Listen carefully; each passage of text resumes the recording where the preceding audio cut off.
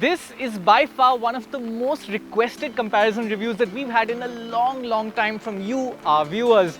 And right off the bat, let me tell you this.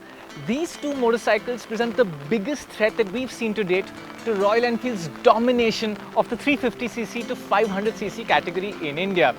Before we go any further, let me also apologize for the sound from the umbrella. This is beautiful weather to be out riding a motorcycle, but it's also quite terrible weather to try and shoot in. Nevertheless, we really want to share this story with you, so please bear with us.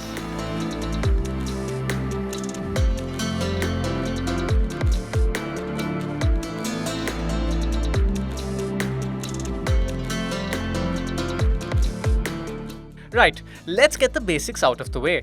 Royal Enfield currently owns a vast majority of the 350cc plus motorcycle market in India, and both Bajaj and Hero have been absolutely clear that these locally made Triumph and Harley-Davidson motorcycles have the classic 350 as their main sales target.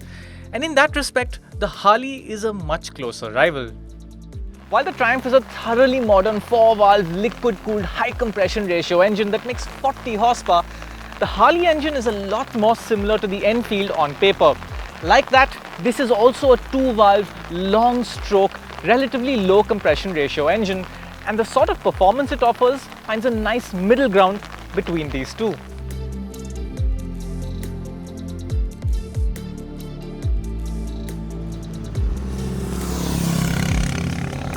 The Harley motor has a faster beat than the Enfield with more energetic responses.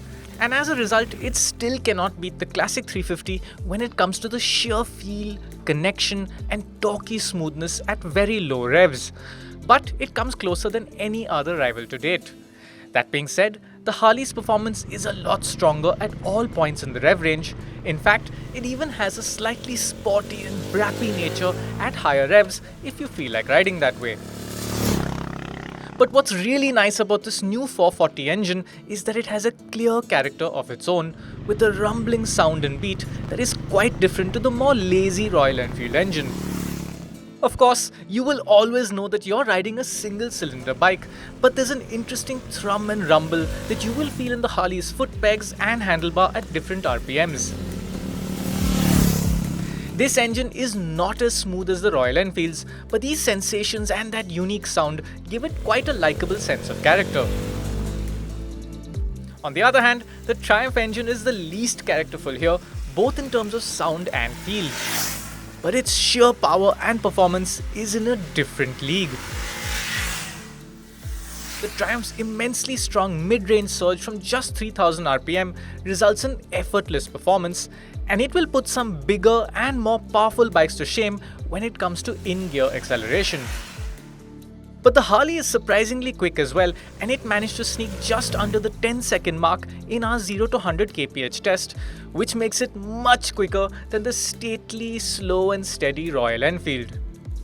We also managed to test the bikes for fuel efficiency, and here's what those numbers look like. Honestly, the engines are the standout characters on all of these motorcycles, and they're all very different but quite enjoyable. In that way, each of these bikes also takes a different approach when it comes to design, presence and identity.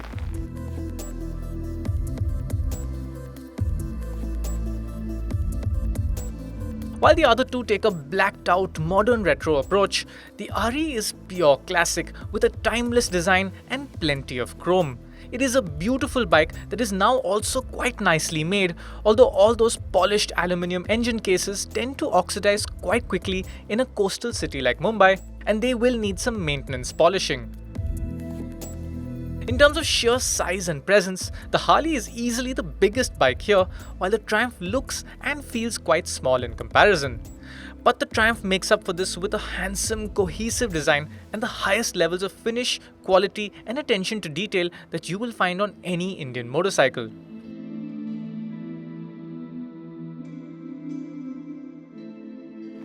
Design-wise, the X440 is all about that big, chunky fuel tank. It not only makes the bike look and feel bigger than even the classic 350, but it also gives the bike that Harley-Davidson identity. As for the rest of it, I'm not really a fan of the rear end, and I think that the overall attention to detail and quality could be slightly better. For example, there are some pretty basic bolts used all over, and some of the material finishes could be nicer as well. The Harley leaves you wishing for more feel-good factor in terms of its overall finish, and that is a disappointment on a bike like this. But it tries to make up for that in the way that it rides. The Harley is only 4 kilos lighter than the Enfield, but the difference feels greater and this bike feels more agile.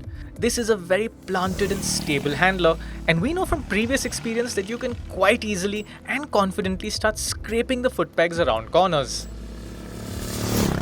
Braking performance is decent too, and while the Harley's brakes are not as sharp as the Triumph's, they demand less effort than the Enfield.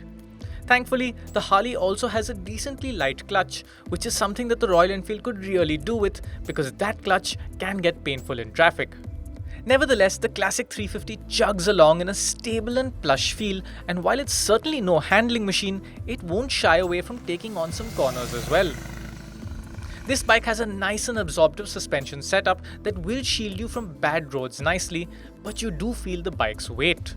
In comparison, the Harley suspension feels a little more firm, but it also does a good job over bad roads. However, we did notice that the front fork feels a little too soft if you hit a big bump, and that can result in an unpleasant impact. When it comes to suspension, the Triumph does the best job here with a nicely soft and plush feel, and it gobbles up bad roads really well. But handling wise, this is also the most agile and responsive bike here, which hardly comes as a surprise. All three of these bikes are a joy to ride in the city, and for different reasons. For example, the compact and zippy Triumph will always put a smile on your face, whereas the Harley and the RE will charm you with their engines. I'd be happy to commute on any one of these, but the sheer ease and performance of this bike is hard to beat.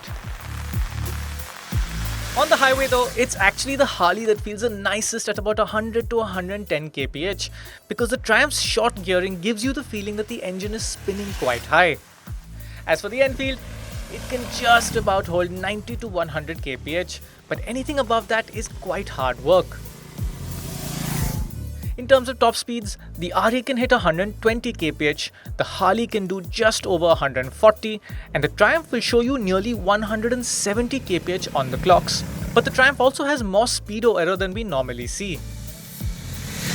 All three bikes have nice, comfy and upright riding positions, with the Classic placing your feet the most forward, the Harley somewhere in the middle, and the Triumph a little more rear set than the other two.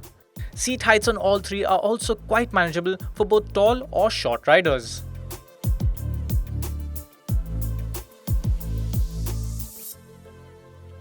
If you want to build a serious rival to Royal Enfield, that motorcycle has to have a very tempting price, and these two bikes deliver in that regard.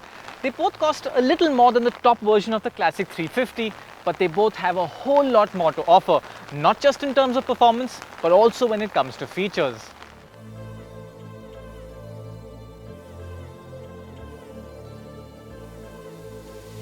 Both have full LED lighting, and the Harley even has a light sensor that automatically turns the headlamp on when needed. The Triumph is the only one that comes with traction control, while the Harley is the only one with a TFT display.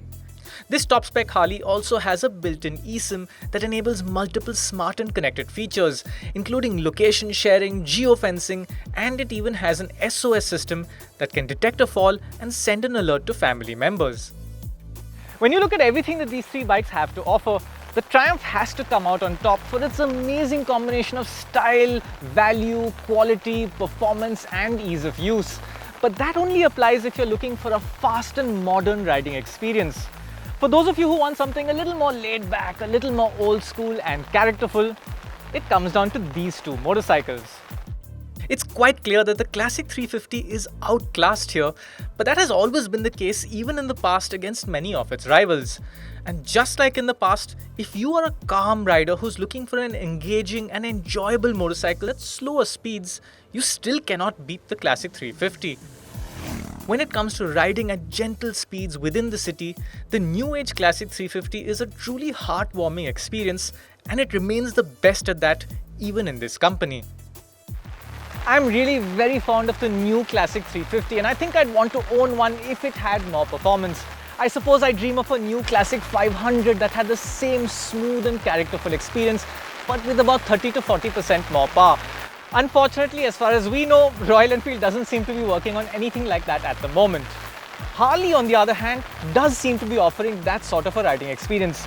This is also a thumpy, torquey, smooth and characterful engine, and this bike has a much wider range of abilities than the Classic 350.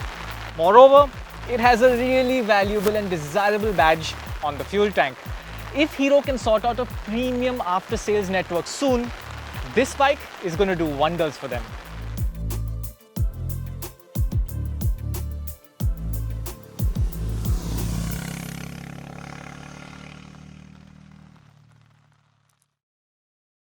Alright, 3, 2, 1. Sync clap, sync clap. My hand's really hurting with all this tank whacking.